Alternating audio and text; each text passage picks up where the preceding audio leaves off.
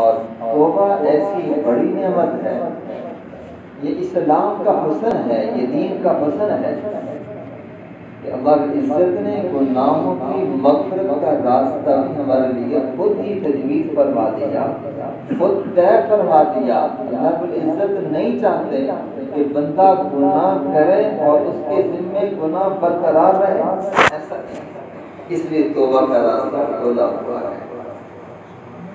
हज़रत अख्तर मौलाना शरीफ अली साहब थानवी रहमतुल्लाह अलैह फरमाते हैं, एक आदमी से अगर रोजाना 100 दफा गुनाह हो जाए, उसको चाहिए कि 100 दफा ही तौबा करे। जब तौबा करेगा अल्लाह उसके सारे गुनाहों को माफ फरमाएगा। इसलिए जिस सतह पर आदमी पहुंच जाए और जितने भी नेक अमाल कर ले, आदमी ये नहीं कह सकता कि जी मुझे इस्तिग़फ़ार की ज़रूरत है, मुझे तौबा की ज़रूरत नहीं है। हज़रत आदम अलैहिस्सलाम से गलती हुई और बाकी नबी हैं, हमारे जद्दे अमजद हैं, तो फिर फौरन पढ़ना शुरू कर दिया, रब्बना ज़लमना रब्बना ज़लमना रब्बना ज़लमना अनफुसना। अपनी गलती का एतराफ़ कर देना, इक़रार कर देना, ये भी बहुत बड़ी नेमत है।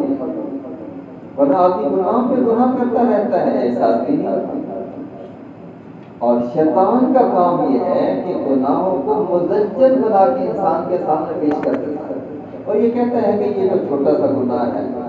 और दूसरी बात ये कहता है कि ये गुनाह तो होते ही रहते हैं।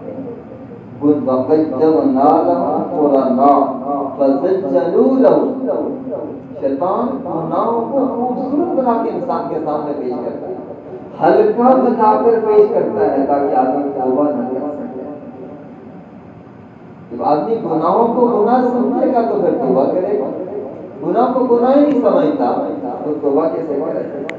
मिसाल के तौर पर मारूफ गुनाह है, बदनजरी करना, आदमी इसको गुनाह नहीं समझता, कहता है बड़े बाजार में इतनी औरतें गुजरती हैं बेहिजाब नंगे मुंह, तो आदमी का नजरों का बचाना बड़ा मुश्किल हो जाता है। इसलिए कहते हैं कोई बात नहीं, ये तो गुनाह होते ही रहते हैं, तो उससे आदमी फिर तौबा कैसे करेगा। फिर तो आदमी मोबाइलों से भी फ्रंट पे गैर महरमों की तस्वीरें दिखाई हुई होती है, अगर फ्रंट पे ना दिखाई हो लेकिन जब फेसबुक खोलेगा उस वक्त तो फिर थोड़ा बदनजरी हो ही जाएगी। और इसको भी आदमी आज गुनाह नहीं समझता, और घंटों के घंटे इस पर ज़ाया हो जाते हैं। जिंदगी का कीमती सरमाया इस मोबाइल ने ज़ाया कर दिया। और बड़े और नेकदार लोग भी इसमें मुलव्वस हो जाते हैं। इतना कीमती सरमाया जिनको जिंदगी की कदर होती थी और जिंदगी के औकात की कदर होती थी, वो तो 40-40 साल सत्तू खान कर गुजारा करता है।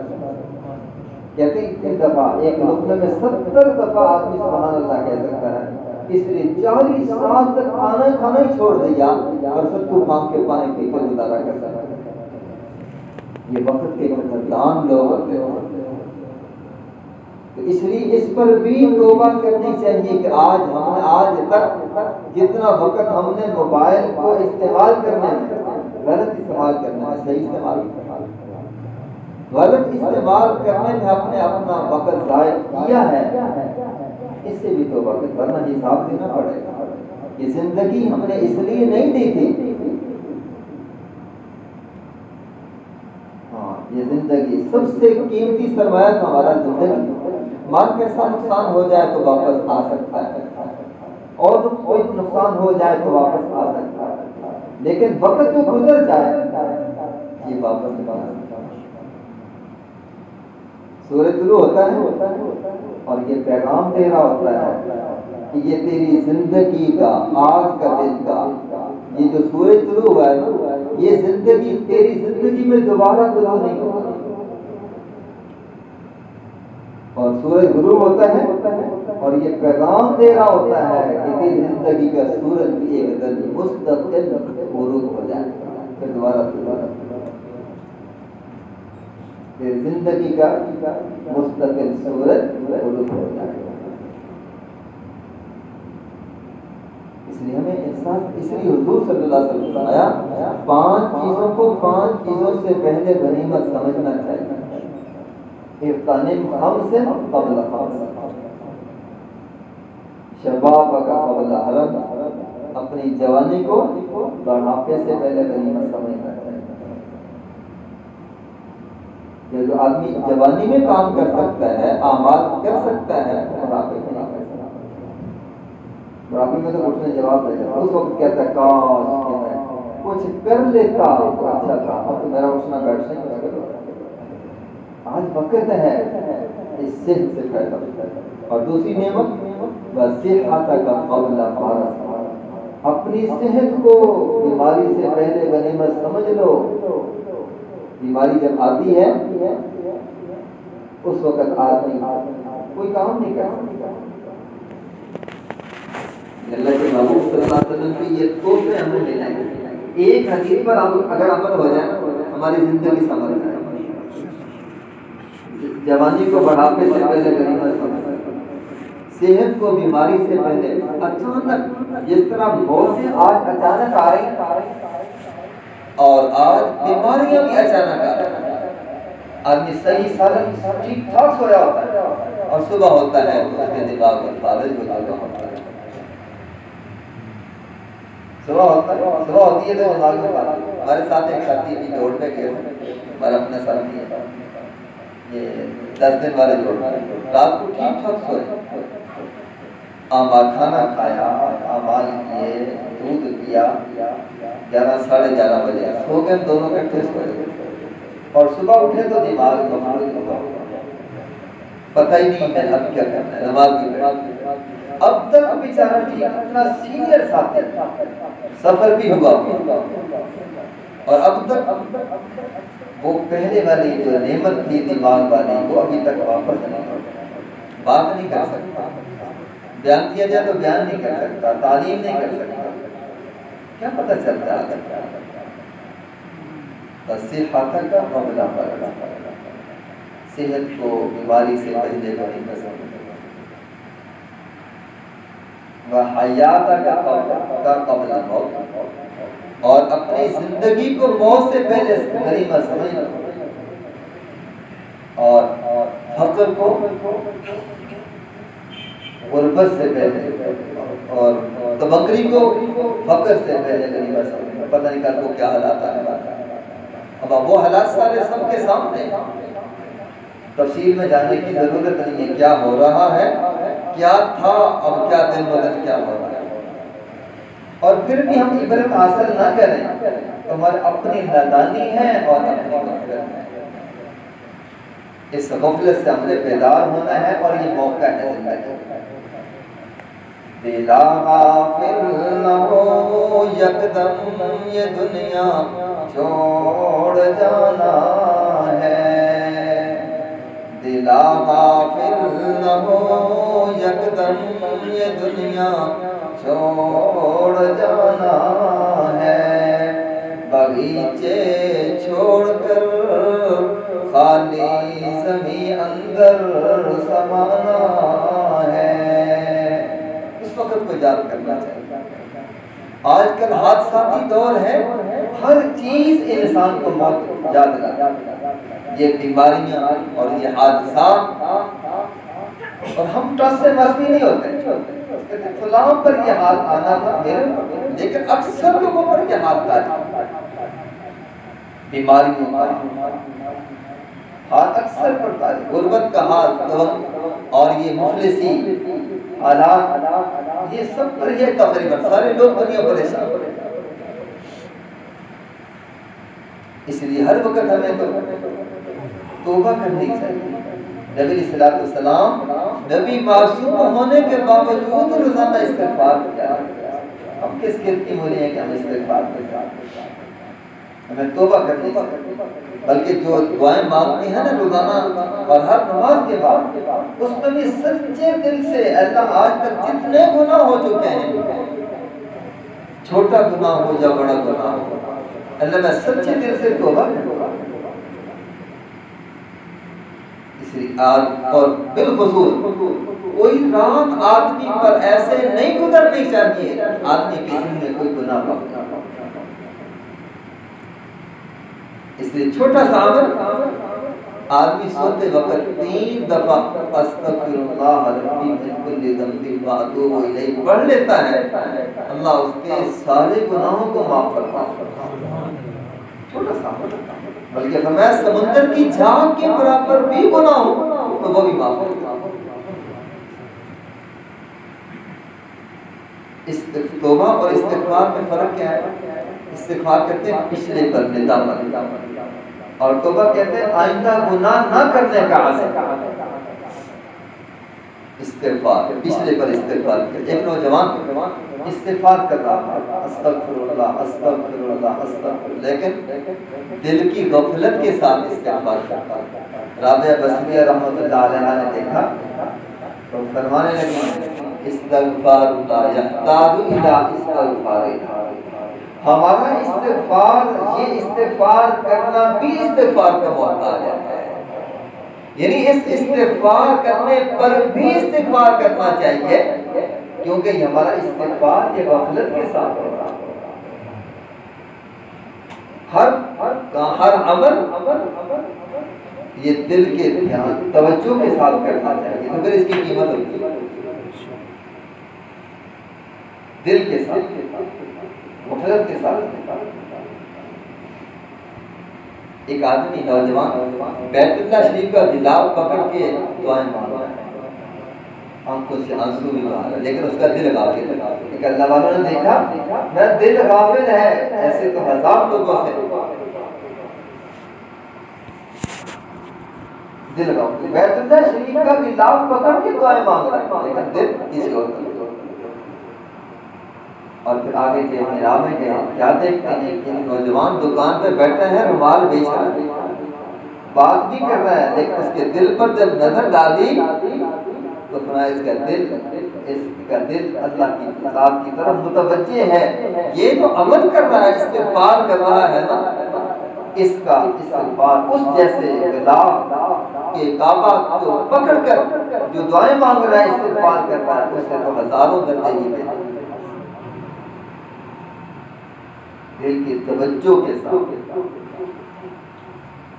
और इसके तो दुनिया हर अमल के दुनियावी फायदे भी होते हैं और उखरवी फायदे, बल्कि जिस्मानी फायदे भी और उखरवी और रूहानी फायदे भी। अगर हमें इस्तिग़फ़ार करना आ जाए निदामत के साथ, जिन जिन हम मसाइल में अटके हुए हैं ना, ये अल्लाह रब्बुल इज्जत इस इस्तिग़फ़ार की बरकत से हमारे बहुत सारे मसाइल हल कर देता है। और ऐसे लोग हैं माशाअल्लाह, 5-5 इस्तिग़फ़ार, 10-10 इस्तिग़फ़ार करते अल्लाह से निदामत के साथ इस्तिग़फ़ार, गुनाह से माफ़ी मांगते हैं। ये नहीं कि वो रोज़ाना इतने गुनाह करते हैं, और अल्लाह को ये तौबा इस्तिग़फ़ार को बहुत ही पसंद है।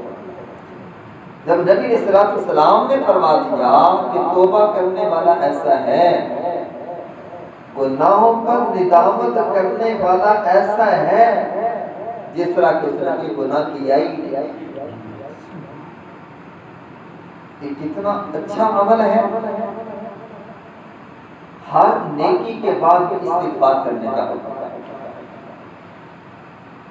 अच्छा, आदमी कहता है कि मैं तो सौम और सलात का पाबंद हूँ, रोज़ाना नेक अमाल करता हूँ, तो मुझे इस्तिग़फ़ार की क्या ज़रूरत है? मेरे दोस्तों, हर आदमी काफिर को कुफ्र से तौबा करना चाहिए, कुफ्र से तौबा करना चाहिए। कबीरा गुनाह करने वालों को कबीरा गुनाह से तौबा करनी चाहिए। जो आदमी ज़ाकिर शागिर है उसको भी तौबा करनी चाहिए कि उसने जो जिक्र किया है वो जो गफलत के साथ किया है उस पर भी तौबा करनी चाहिए। और जो आदमी अमाल कर रहा है, जितने भी अमाल करे, उसमें जो उसको भी तौबा करनी चाहिए। उसमें जो इखलास में कमी पाई गई ना, कि जिस तरह इखलास होना चाहिए था वो इखलास नहीं है, इसलिए उसको भी इस्तिग़फ़ार कर काफिर को भी, कबीरा गुनाह करने वालों को भी, जाकिर शागिर को भी और पूरे अमाल करने वालों को भी। कि आदमी को अमल अल्लाह की शान के मुताबिक तो नहीं कर सकता ना, किसी न किसी तरह से कमी जरूर होती है। देखिए आदमी वुज़ू करता है, वुज़ू करने के बाद सुब्हानकल्लाहुम्मा व बिहम्दिका अशहदु अन ला इलाहा इल्ला अंता अस्तगफिरुक। हालांकि वुज़ू करने से हाथों के गुनाह माफ, चेहरे के गुनाह माफ, पाँव के गुनाह माफ, लेकिन इसके बावजूद भी हुक्म दिया गया कि तुम इस्तिग़फ़ार करो। कि वुज़ू के अंदर जो कमी कोताही रह गई है ना, वो इस्तिग़फ़ार करने से वो कमी पूरी हो जाएगी। आज तो हमारा वुज़ू भी गफलत के साथ होता है। हमारे हज़रत दामद बरकातुहु आलिया फरमाते हैं, आदमी अगर वुज़ू को अल्लाह के ध्यान के साथ नहीं करेगा, जितनी भी कोशिश कर ले तो नमाज में वुज़ू पैदा नहीं कर सकता। हमें इस बात का पता है। वुज़ू अगर बेध्यानी के साथ करेगा, अल्लाह के ध्यान के साथ नहीं करेगा, तो जितनी भी कोशिश कर ले नमाज में वुज़ू पैदा नहीं हो सकता। तो वुज़ू से ही आदमी ध्यान के साथ, गफलत के साथ। इसलिए हमारे यहाँ जो वक़ूफ़े क़ल्बी है, ये क्यों कहा जाता है? ये बहुत आम अमल है कि सिर्फ वुज़ू के वक़्त नहीं, नमाज के वक़्त नहीं, बल्कि हर वक़्त अल्लाह के ध्यान के साथ हर लम्हा गुजरना चाहिए। अल्लाह के वक़ूफ़े क़ल्बी के अल्लाह के ध्यान के साथ।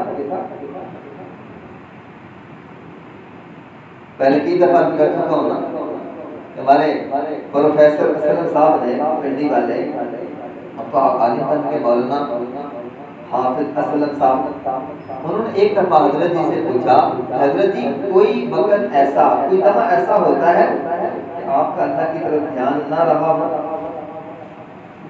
हजरत ने पूछा कि आपको ये ख्याल ही कैसे आया है कि मेरा कोई दफा अल्लाह के ध्यान के बगैर गुजरा?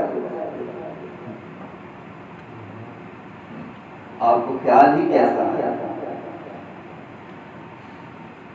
तो इसलिए हर वक्त अल्लाह के ध्यान के साथ कोशिश करने की बार बार। और जिसको ये वक़ूफ़े क़ल्बी की नेमत नसीब हो जाती है ना, और उसके बाद अगर कुछ तवक्कुफ आ जाता है तो फिर आदमी को चैन नहीं आता।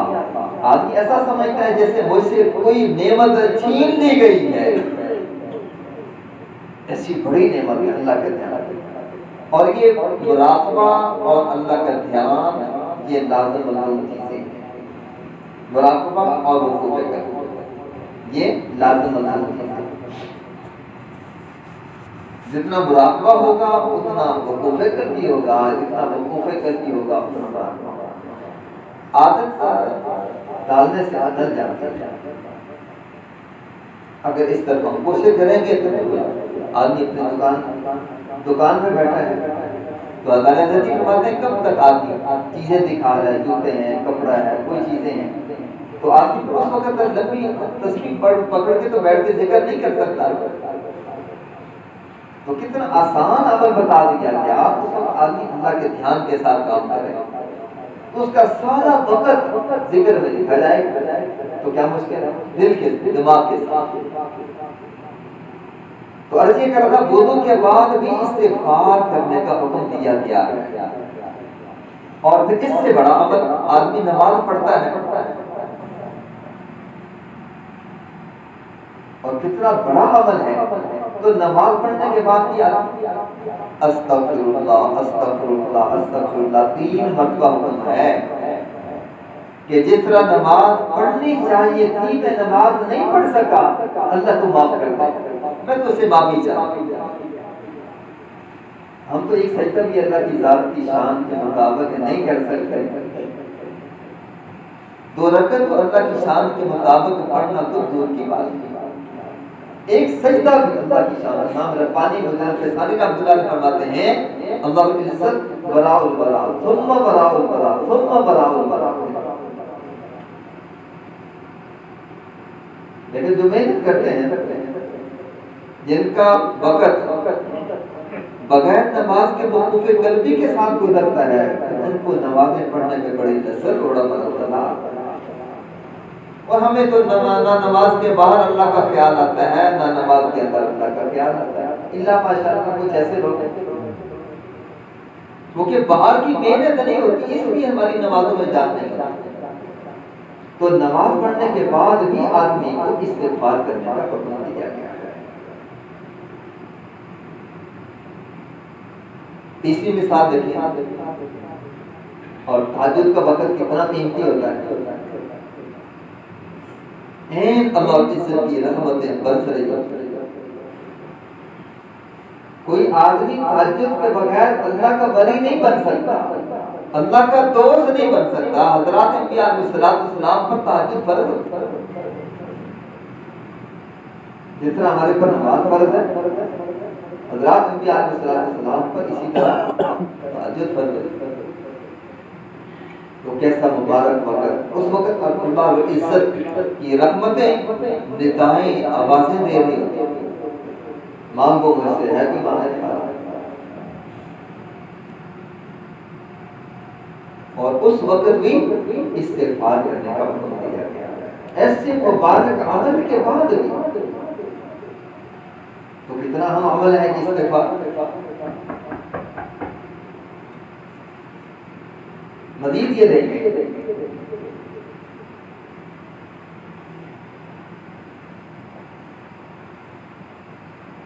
हुज़ूर सल्लल्लाहु अलैहि वसल्लम अरफात से वापसी लौटने पर अल्लाह ने हुक्म दिया, तुम्मा अफीज़ू मिन हैज़ु अफ़ाज़न्नास फस्तग़फिरुल्लाह। जब ये लौटने वाले लौटते हैं ना अरफात से, मुज़दलिफ़ा से, उस वक़्त लौटने के बाद में इस्तिग़फ़ार करना चाहिए था। इस्तिग़फ़ार करना चाहिए क्यों? इसलिए कि जो मैदान अरफात में जो हज होता है, तो जिस अल्लाह की शान के मुताबिक वो अमल करना चाहिए वो हम नहीं कर सकते।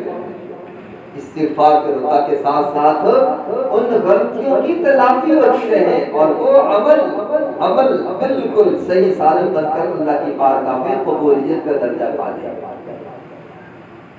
साथ साथ धुलाई होती है, जिस अमल में कमी हो गई साथ साथ मैदान अरफात में हम क़याम वक़ूफ़े अरफा सही तौर पर नहीं कर सके।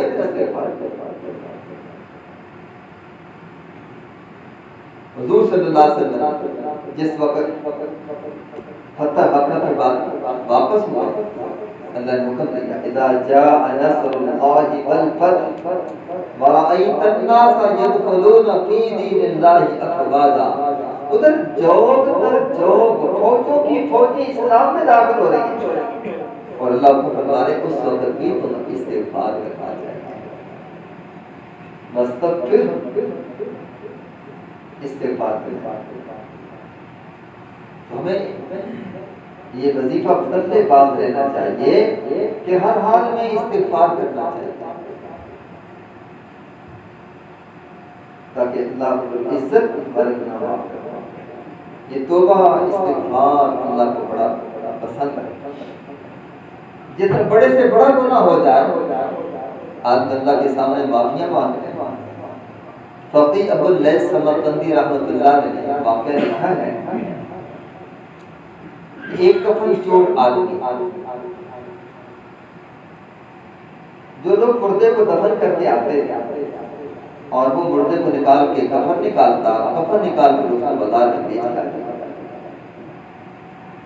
ऐसे ही उसने एक नौजवान लड़की को दफन किया गया, उसने कब्र खोदी और कफन उतारने लगा तो उस पर शैतान गालिब आ गया, शहवत गालिब आ गई, उसने बुराई करने का इरादा किया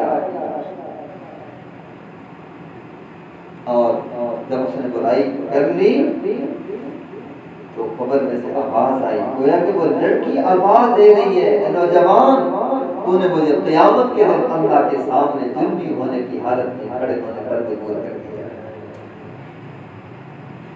उसके दिल पर बड़ी चोट लगी, मैंने तो बड़ा गुनाह कर लिया है, मैंने बड़ा गुनाह कर लिया। वो बाजार में से गुजरता जा रहा है, होता जा रहा है, हजरत उमर रज़ी अल्लाह तआला अन्हु गुजरे, नौजवान को देखा इतना सारों का तार हो रहा है, पूछा अभी क्या हुआ, कहते मुझसे बड़ा गुनाह हो गया।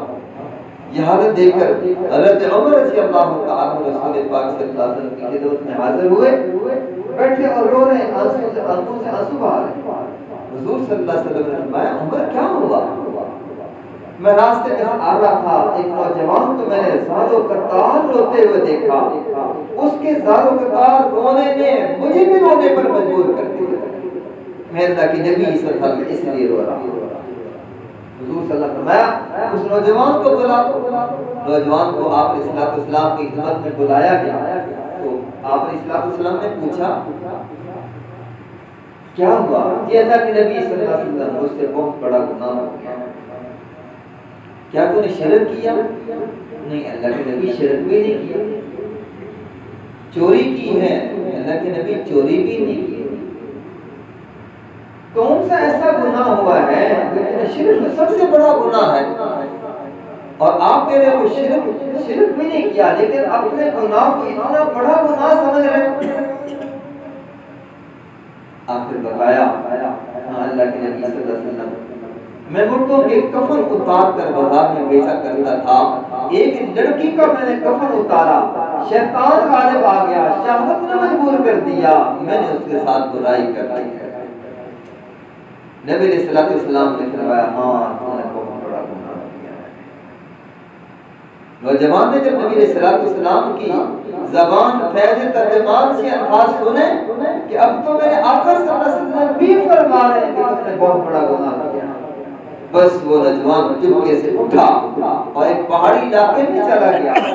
वहां 40 दिन उसने गुजारे, 40 दिन, और वहां जाकर अल्लाह से माफिया मांगता रहा, नमाजें भी पढ़ता रहा, इस्तिग़फ़ार करता रहा। अल्लाह बहुत बड़ी गलती हो गई, अल्लाह बहुत बड़ा गुनाह हो गया, तेरे अलावा कोई माफ करने वाला नहीं, अल्लाह माफ कर दीजिए। 1 दिन नहीं, 2 दिन नहीं, महीना नहीं, 40 दिन तक उस निदामत के साथ अल्लाह के सामने माफिया मांगता रहा। अल्लाह की इज्जत को इसकी माफी मांगना इतना पसंद आया, अल्लाह ताला ने माफ कर दिया। जिब्राइल अलैहिस्सलाम को भेजा हुजूर सल्लल्लाहु अलैहि वसल्लम के पास। हज़रत जिब्राइल अलैहिस्सलाम ने पूछा, मुझे अल्लाह ने भेजा आपके पास कि मखलूक को आपने पैदा किया है या मैंने पैदा किया है? नबी सल्लल्लाहु अलैहि वसल्लम ने फरमाया, अल्लाह आपने ही पैदा की है, आपकी सारी मखलूक। फिर दूसरा सवाल किया, अल्लाह ताला ने फरमाया कि जिनसे गुनाह हो जाए आपको बख्शने का इख्तियार है या मुझे बख्शने का इख्तियार है? मैंने बख्शना है या आपने बख्शना है? हुजूर सल्लल्लाहु अलैहि वसल्लम फरमाया, अल्लाह आपने ही बख्शना है, मुझे तो बख्शने का इख्तियार नहीं है, इसका इख्तियार तो आपको ही है। तीसरी बात पूछी कि सारी मखलूक को रिज़्क आप देते हैं या मैं देता हूं? अल्लाह आप ही सारी मखलूक को रिज़्क देते हैं, क्योंकि आप ही मखलूक। फिर हज़रत जिब्राइल अलैहिस्सलाम ने ये पैगाम दिया कि वो नौजवान जो पहाड़ी के ऊपर जाकर 40 दिन अल्लाह से माफिया मांगता रहा है, अल्लाह ने मुझे भेजा है कि जाओ उस नौजवान को पैगाम दे दो कि तुम्हारी अल्लाह को ये निदामत, ये इस्तिग़फ़ार, ये तौबा पसंद आ गई है, मैंने उसके बड़े गुनाह को माफ कर दिया। हुजूर सल्लल्लाहु अलैहि वसल्लम ने एक साहबी को भेजा और जाकर ये पैगाम दिया, उस नौजवान को बुला के लाओ, अल्लाह ने तुम्हारे बख्शिश का फैसला फरमा दिया। अल्लाह कितने करीम हैं, इतने बड़े-बड़े गुनाहों को भी माफ कर देते हैं। इसलिए हमें भी रोजाना इस्तिग़फ़ार का इंतज़ाम करना और जो गुनाहों की माफी का सबब है। एक आदमी जो दूसरों की गायबाना दुआ मांगता है, उसकी वजह से भी अल्लाह गुनाहों को माफ करता है। पीठ पीछे गुनाह, पीठ पीछे दुआ मांगता है। हमें भी चाहिए कि अपने दोस्त, अहबाब, रिश्तेदार, अजीज और क़रीब के लिए हम उनकी पीठ पीछे दुआएं मांगा करें,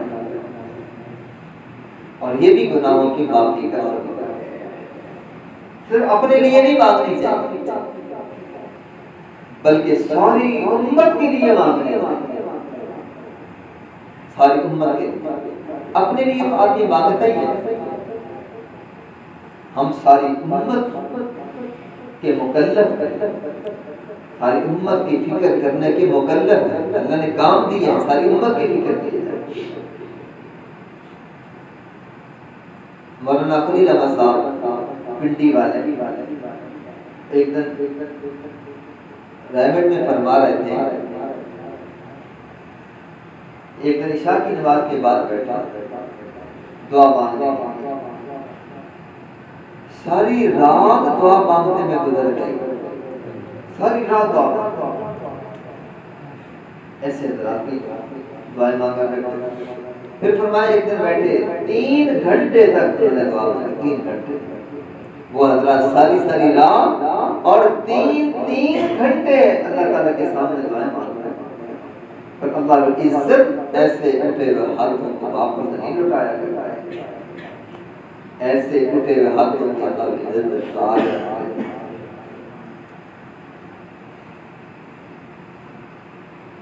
ऐसे लोग उम्मत के लिए फैसले करवाते हैं, उम्मत के लिए फैसले करवाते हैं।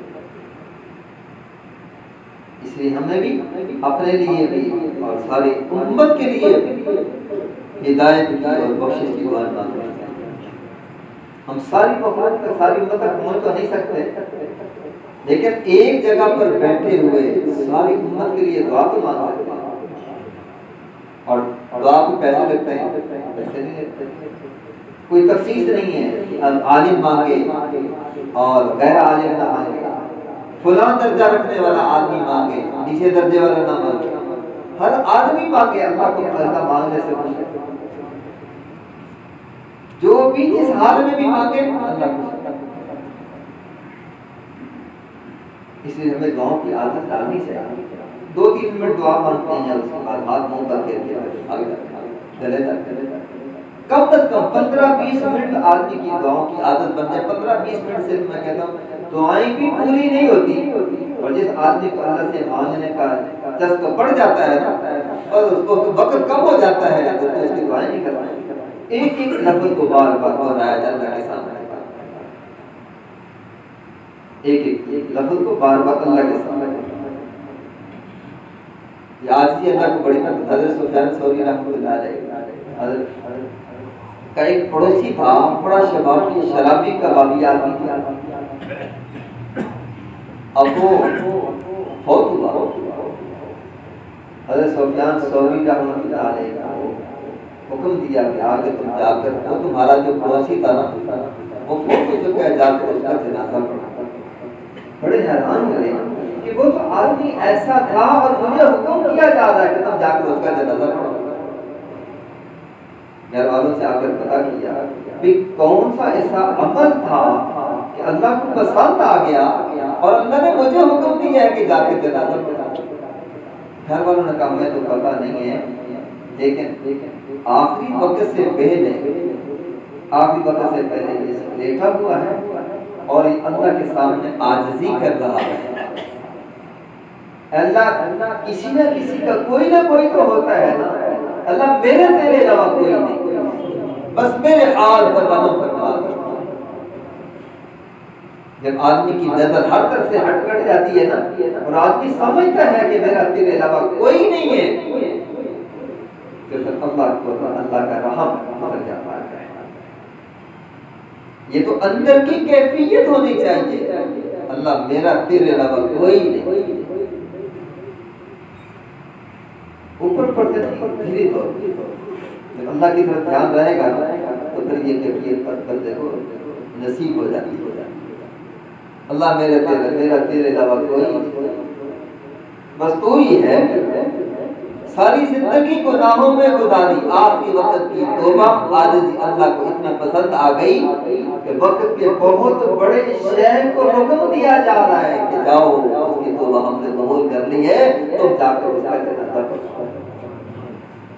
और जब तक हम होशो हवास में जीते जागते अपने इरादे के साथ अल्लाह से माफी मांगेंगे तो फिर अल्लाह क्यों नहीं माफ करेगा।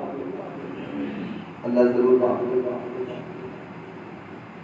लेकिन अल्लाह की बेनियाजी की निगाह से हमें डर लगना चाहिए कि कहीं ऐसा ना हो कि बेनियाजी की निगाह हमारे पर पड़ जाए। अल्लाह के हमें मुझे तुम्हारे सजदों की जरूरत ही नहीं है, तुम्हारी इबादत की जरूरत नहीं है।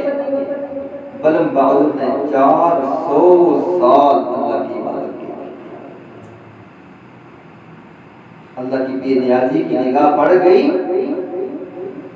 अल्लाह ने उसको अपने दरबार पे लेकर कहाँ गए इसके सजदे 400 साल की बात।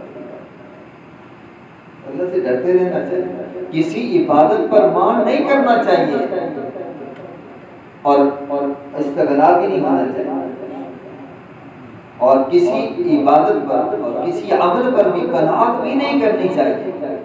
बस मैं तो अमल कर लेता हूँ, और किसी अमल पर कनाअत करना ये इंसान की रूहानी कौन है, आदमी आगे नहीं बढ़ सकता। कहते ये तो काफी है।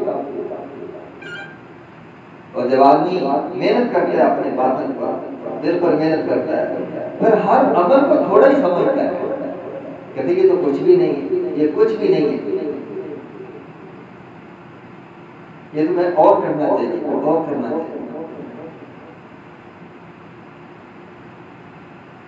तो अल्लाह की इज्जत की बेनियाज हमारे अंदर गाँव में मांगते हैं, अल्लाह अपनी बेनियाजी की निगाह हमारे ऊपर न डाल। लगनी साथ है, अल्लाह की जरूरत है। हज़रत शिबली रहमतुल्लाह अलैह के शेख थे अब्दुल्ला उदलसी रहमतुल्लाह अलैह, बड़े शेख।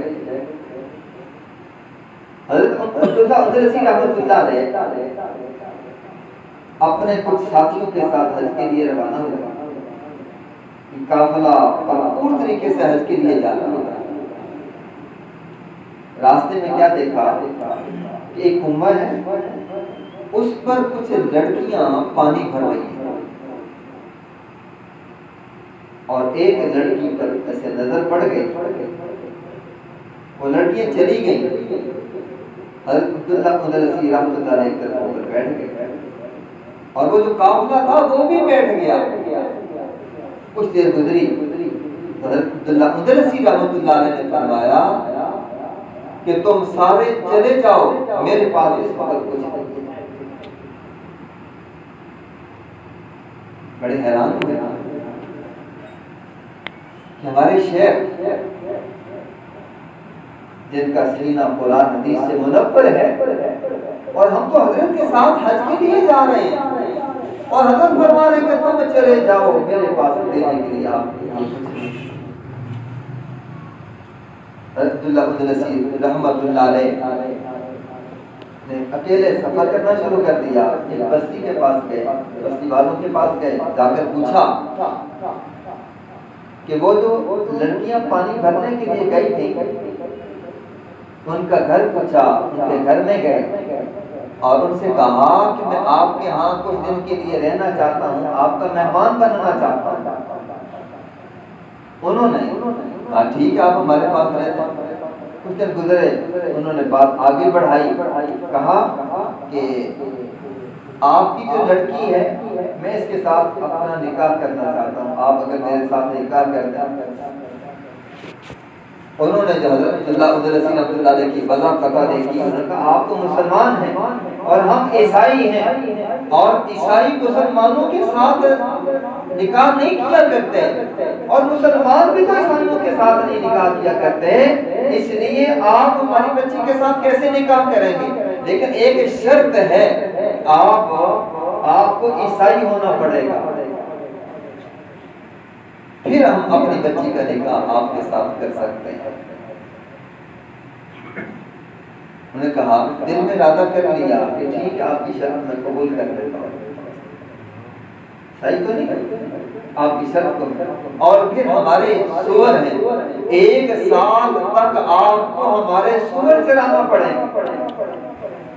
उन्होंने ये शर्त कबूल कर ली, ठीक है जी, आपके 1 साल तक सूअर चलाऊंगा। वो जंगल में वो सूअर लेकर चले गए, वहां सूअर चरा रहे हैं, कुछ वक्त 6 महीने तकरीबन गुजरे। हज़रत शिबली रहमतुल्लाह अलैह को ख्याल आया कि मैं देखूं तो सही मेरे शहर का क्या हाल है। ज़्यादा सफर करते करते बस्ती वालों के पास गए और उन्होंने बताया, उनसे पूछा, उन्होंने बताया कि फलां जगह पर चले जाओ, फलां जंगल में चले जाओ, हो सकता है कि वहां वो सूअर चरा रहे हों। और वहां जब करीब दूर से देखा कि वही अमामा जिसको पहनकर नमाजें पढ़ा करते थे, वही असा जिसको जुमे में पकड़कर खुतबा दिया करते थे, और वही जुब्बा, और उसके साथ ये सूअर को चला रहे। हज़रत शिबली रहमतुल्लाह अलैह की चीखें निकल गई। करीब जाकर देखा तो वाकई वो मेरे शेख हज़रत अब्दुल्लाह उद्दलसी रहमतुल्लाह अलैह सारों कतार रोने लगे। हज़रत आपकी ये क्या कैफियत हो चुकी है? उन्होंने भरी निगाह से हज़रत शिबली रहमतुल्लाह अलैह को देखा और उनके हज़रत की आंखों से भी आंसू जारी हो गए। जब हज़रत शिबली रहमतुल्लाह अलैह ने ये अल्फाज बनवाए कि हज़रत आपकी ये कैफियत देखकर आपके साथ ये क्या मामला हो चुका है। अब जब हज़रत अब्दुल्लाह उद्दलसी रहमतुल्लाह अलैह ने ये अल्फाज कहे, वमन युहिनिल्लाहु फमा लहु मिन मुकरिम, जिसको अल्लाह ज़लील करे उसको कोई दुनिया में इज्जत देने वाला नहीं हो सकता। जब ये आयत पढ़ी और उसके बाद पूछा, शिबली रहमतुल्लाह ने पूछा कि और भी कुरान पाक आपको याद है? फरमाने लगे सारा कुरान पाक सीने से निकल चुका है, बस एक आयत ये आपकी मेरे आपके पास पड़ी है, आपके सामने पड़ी है। हज़रत ज़ख़ीरा अहदीस आपके सीने में था, सीना आपका मुनव्वर था कोई अहदीस। तो उन्होंने फरमाया एक हदीस याद है, मन बदल दीनहु फक़्तुलूहु, जो आदमी अपने दीन को बदल डाले उसको चाहिए कि कत्ल कर देना चाहिए। जब ये पढ़ी हदीस पाक पढ़ी उस वक्त दिल पर चोट लगी, मेरी तो ये हालत हो चुकी है। वो ज़माना याद आ गया। हज़रत शिबली रहमतुल्लाह अलैह सुनकर वापस आ गए। बड़े गमज़दा थे कि हमारे शहर के ऊपर ये कैफियत कि उस असर के साथ सूअर को चरा रहे हैं। लिहाजा ये वापस आ गए। हज़रत उद्दलसी रहमतुल्लाह अलैह वापस आए और वापस आकर रास्ते में एक नहर पड़ती थी और उस पर गुस्ल किया और गुस्ल करके दोबारा वो कपड़े पहने। हज़रत शिबली रहमतुल्लाह अलैह ने अभी रास्ते में थे, उस नहर पर हज़रत अब्दुल्लाह को गुस्ल करते हुए देखा, कपड़े पहनते हुए देखा और फिर उस वक्त उनके साथ अपने इलाके में वापस आ गए। अर्ज करने का मतलब ये है, फिर जब वापस आए तो फिर लोगों ने पूछा, हज़रत आपकी ये कैफियत क्या हो गई? हज़रत ने फरमाया, हाँ वो जो ईसाई लड़कियां पानी भर रही थी और वो जो सलीब लटके हुए थे, मेरे दिल में ये ख्याल आ गया, देखो ये कैसे अकल के अंधे लोग हैं, इनको इतना ही पता नहीं है कि परवरदिगार की इबादत को छोड़कर ये सलीब की पूजा कर रहे हैं। बस उस पर मेरी पकड़ आ गई, इसलिए उनको मैंने हल्का समझा। तो जो आदमी बंदा जो भी अमल करता है अल्लाह की तौफीक से के साथ किया करता है, आदमी ये मान नहीं कर सकता मेरे पास इतने सजदे हैं, किसी वक्त अल्लाह की निगाह पड़ जाए। अब्दुल्लाह उद्दलसी रहमतुल्लाह अलैह जैसी शख्सियत पर अल्लाह उनको भी बदल दिया करते हैं। हमारे पास तो कुछ है नहीं, क्या पता चल जाए, किसी गुनाह की वजह से पकड़ आ जाए। इस्तिग़फ़ार, आजिज़ी, नियाज़मंदी अल्लाह को बड़ी पसंद है।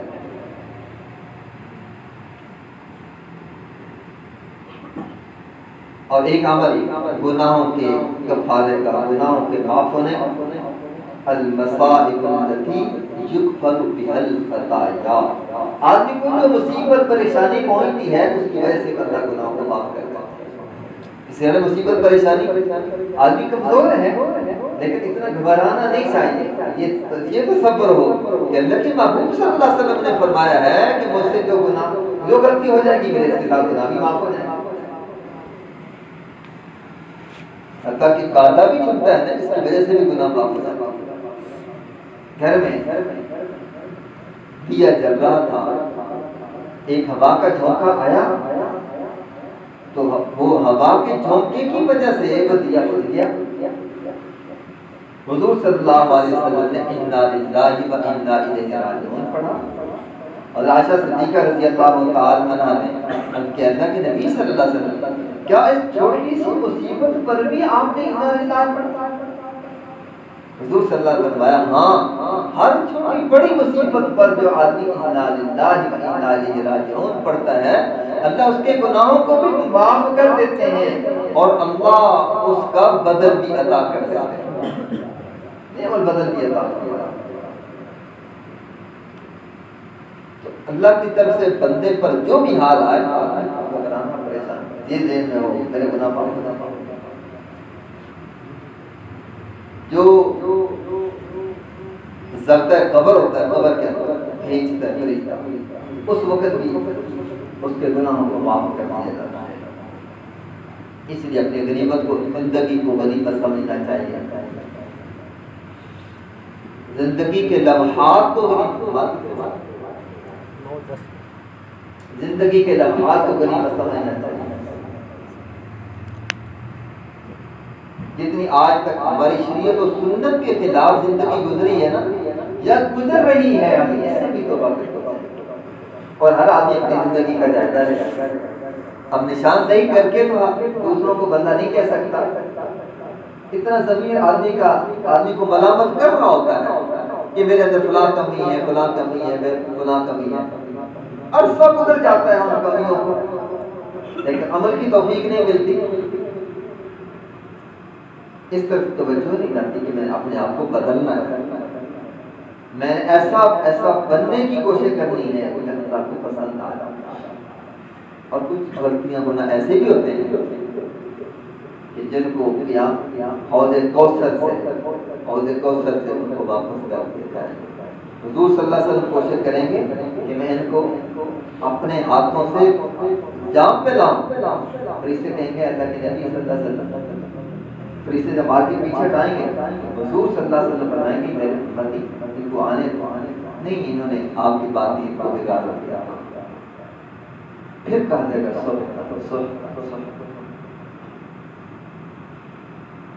फिर हुजूर सल्लल्लाहु अलैहि वसल्लम खुद फरमाएंगे इनको हटा दो, दफा करो, दूर कर। आज मौका है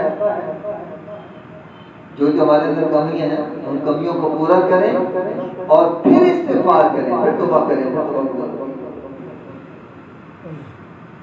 वाज़ेह तौर पे बताऊं, अपने चेहरों को दाढ़ियों के साथ से डालें।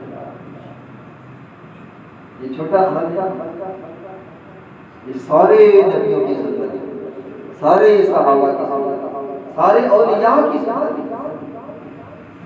हम इसको छोटा सा इस कपड़े पर छोटी सी निजात लग जाए, आदमी हाथ धोए बगैर नहीं रहता। और अल्लाह के महबूब सल्लल्लाहु अलैहि वसल्लम की सुन्नत को, सारे नबियों की इतने अजीम अमल को वाकर गंदी पेशाब खाने वाली जगहों पे जाकर डाला। इतनी बेहुरमती अल्लाह के महबूब की सुन्नत के साथ कदरदानी नहीं है। दिल असल में ऐसे होता है, दिल काफिर। इसलिए ऐसी हालत में अगर मौत आ गई तो फिर अल्लाह को क्या पता है। हम ये सोचें ना, मौत तो आनी है। आपको ये पता होगा कि जो लोग इस चेहरे दाढ़ी के बगैर हुजूर सल्लल्लाहु अलैहि वसल्लम के रोज़ा पर जाकर हाजिर होते हैं, जाकर सलाम करते हैं, उलमा फरमाते हैं कि नबी सल्लल्लाहु अलैहि वसल्लम उनके सलाम का जवाब नहीं देते। जैसे गए थे वैसे वापस आ गए। अल्लाह को वही शक्लें, अल्लाह के महबूब को जिस तरह अल्लाह को ये शक्लें पसंद नहीं है, अल्लाह के महबूब को भी शक्लें पसंद नहीं। अल्लाह को सबसे ज्यादा महबूब अपने पसंदीदा जिंदगी, अपने महबूब की जिंदगी, इससे ज्यादा बेहतर कायनात में जिंदगी है ही। उस जिंदगी को पसंद करें, लिबास चेहरा जामत उनके मुताबिक, फिर अल्लाह की रहमतें उमड़ के हमारी तरफ मुतवज्जे होंगी तो फिर दुनिया भी सारी जिंदगी आसानियों वाली, राहत वाली, इज्जतों वाली, बरकतों वाली और आखिरत की जिंदगी सारी आसानियों वाली। मन चाही पे चल रहे हैं, अल्लाह की तरफ से बड़े बड़े फैसले करने के लिए, करवाने के लिए तैयार, मन चाही और कहते अल्लाह ऐसा करते, कैसे होगा? हम इतने करीम परवरदिगार की मानने के लिए तैयार नहीं है। बंदा कहता है अल्लाह मेरी सारी मान है, कि सौदा अल्लाह के साथ कोई जेब देता है अल्लाह के साथ तफावत, बंदा खुद मानने के लिए तैयार नहीं, कहता अल्लाह सारा निजाम, ऐसा नहीं हो सकता। खुद अपने आप को बताना पड़ेगा, फिर अल्लाह सारा निजाम बदलता है। अल्लाह तो तैयार है निजाम बदलने के लिए,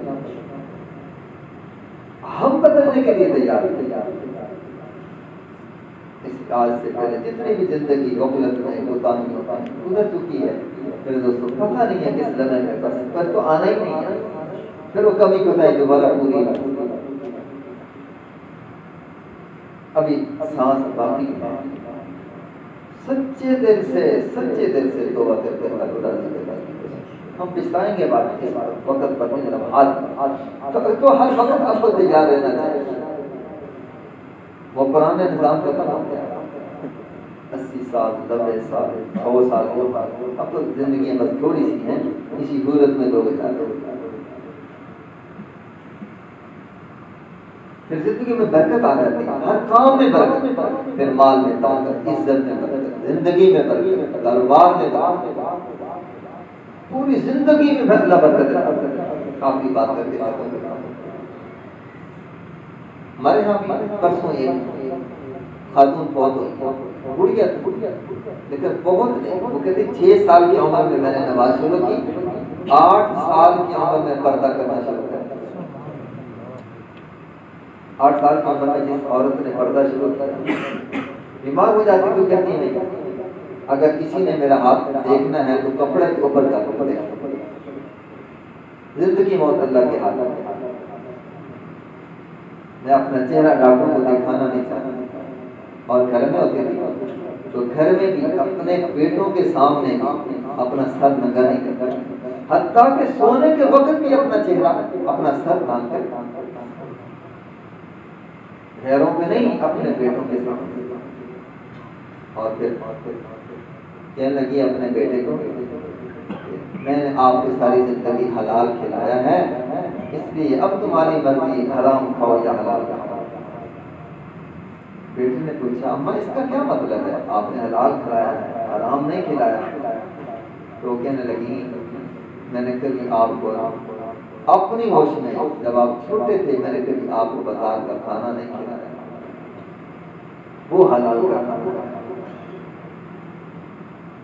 मैंने कभी आपको हराम खाना अपने हाथों से पकाकर खाना आपको खिलाया। फिर दफन करने के लिए गए, जो बात थी अल्लाह को इज्जत ऐसी बरकत, थोड़ा सा वक्त था मगरिब से पहले का, मैं सोच रहा था बरकत भी जाना है, दफन भी करना है, इतने नेक खातून है और अजर मिलेगा। अब सोच विचार के मगरिब यहाँ हो जाएगी और फिर नमाज कैसे पढ़ेंगे? आधे घंटे के अंदर हालांकि 1 घंटा तकरीबन लग जाता है दफन करने में, दुआ मांगते तक, लेकिन आधे घंटे के अंदर दफन भी किया, फिर रुकू भी पड़े, फिर आज ने दुआ भी लंबी मनवाई, फिर इतना वक्त बच गया कि कब्रिस्तान दूर था, कब्रिस्तान से वो सफर करके अपने स्टेशन तक मस्जिद के अंदर जाकर मगरिब की नमाज पढ़ी। फिर मुझे हैरानगी हुई, अल्लाह तूने इस थोड़े से वक्त में, वो तो दुनिया से खातून जा चुकी थी, लेकिन उसके बाद भी अल्लाह तूने उसकी बरकत से इतना वक्त में बरकत मिला, उसकी जिंदगी में कितनी बरकत, वरना घंटा तो हमने कई दफन किए इस वक्त, 2 लग नमाज भी वक्त पर, जब बात वक्त से पहले मगरिब से पहले अभी जाने की शुरू नहीं होती, वहां अपनी बसें हैरान की होती है कि 15-20 मिनट के अंदर अल्लाह ने सारा निजाम ही मुकम्मल कर दिया। तो जो आदमी अपनी जिंदगी किसी तरह शरीयत और सुन्नत के मुताबिक गुजारेगा, अल्लाह उसकी जिंदगी में कारोबार में कितनी बरकतें अता फरमाएगा।